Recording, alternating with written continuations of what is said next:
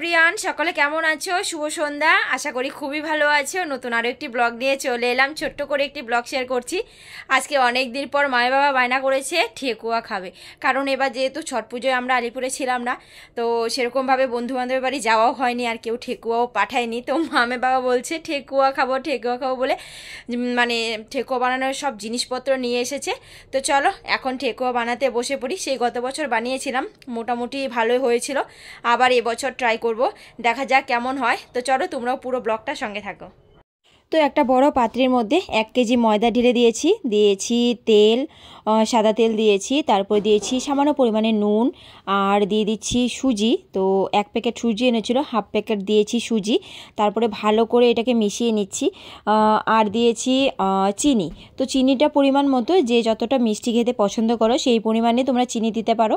তো মামের বাবা খুব মিষ্টি খেতে ভালোবাসে, দেখো গাদা গাদা চিনি ঢেলেই যাচ্ছে। আমি বলেছি হয়ে গেছে, তারপরেও দিয়েই যাচ্ছে। তারপর অনেকক্ষণ মানে আলতো হাতে মাখার পর একটা ডো বানিয়ে নিলাম। তো ডোটা কিন্তু একদম তেল সব কিছু মিক্সড করে তারপরে সামান্য পরিমাণ জল দিয়ে সেটাকে ভালো করে একটা ডো করে নিয়েছি, একদম ঝুরঝুরে একটা ডো। তো দেখতেই পাচ্ছ কীরকম করেছি। তো ডোটা ভালো করে আলতো হাতে চেপে দিলে দেখো একদম গোল মুন্ডির মতো হয়ে যাচ্ছে।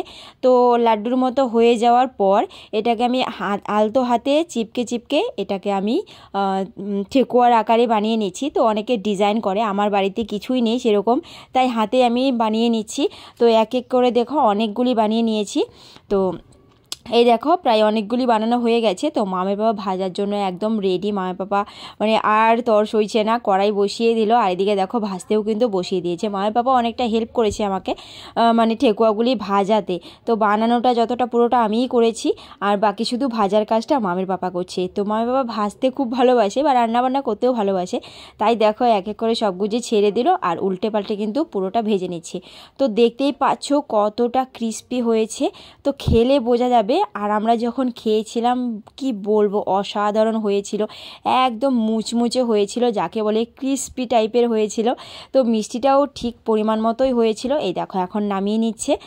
তোমরা দেখে হয়তো বুঝতেই পারছো, যারা যারা ঠেকুয়া বানাও তারা দেখে বুঝতেই পারবে কতটা মুচমুচে হয়েছে। তো বাকিগুলো আমি এক এক করে ছেড়ে দিচ্ছিলাম, মা বাবাকে আমি একটু হেল্প করে দিচ্ছিলাম, আর এদিকে আমি বাকিগুলো বানিয়ে নিচ্ছিলাম। তো সবগুলি বানানো কমপ্লিট, চলো এক এক করে ভেজে নিচ্ছি।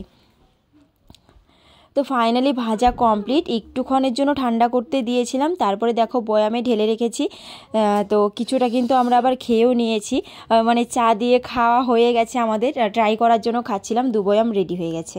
তো ফাইনালি বন্ধুরা ঠেকুয়া ভাজা কমপ্লিট, আর খেতেও দারুণ হয়েছে, একদম মুচমুচে হয়েছে, যাকে বলে একদম খাস্তা হয়েছে, খাস্তা। এই যে 1 বয়াম, এখানে 1 বয়াম হয়েছে, এখানে হাফ বয়াম হয়েছে, আর কিছুটা আমরা চায়ের সঙ্গে খেয়ে ফেলেছি। তো এই ছিল ঠেকুয়া ভাজার রেসিপি। তোমাদের কেমন লেগেছে? তোমরা কে কে ঠেকুয়া খেতে ভালোবাসো অবশ্যই কমেন্ট করে জানিও। ভালো লাগে, আমারও ভালো লাগে, মামি পাপারও খুবই ভালো লাগে খেতে, আর চায়ের সঙ্গে তো দুর্দান্ত লাগে খেতে। যাই হোক চলো আজকে এখানেই বিদায় নিচ্ছি। ছোট করে একটা ব্লগ শেয়ার করলাম, যদি ভালো লাগে লাইক কমেন্ট করে দিও। নেক্সট ব্লগে দেখা হবে। টাটা।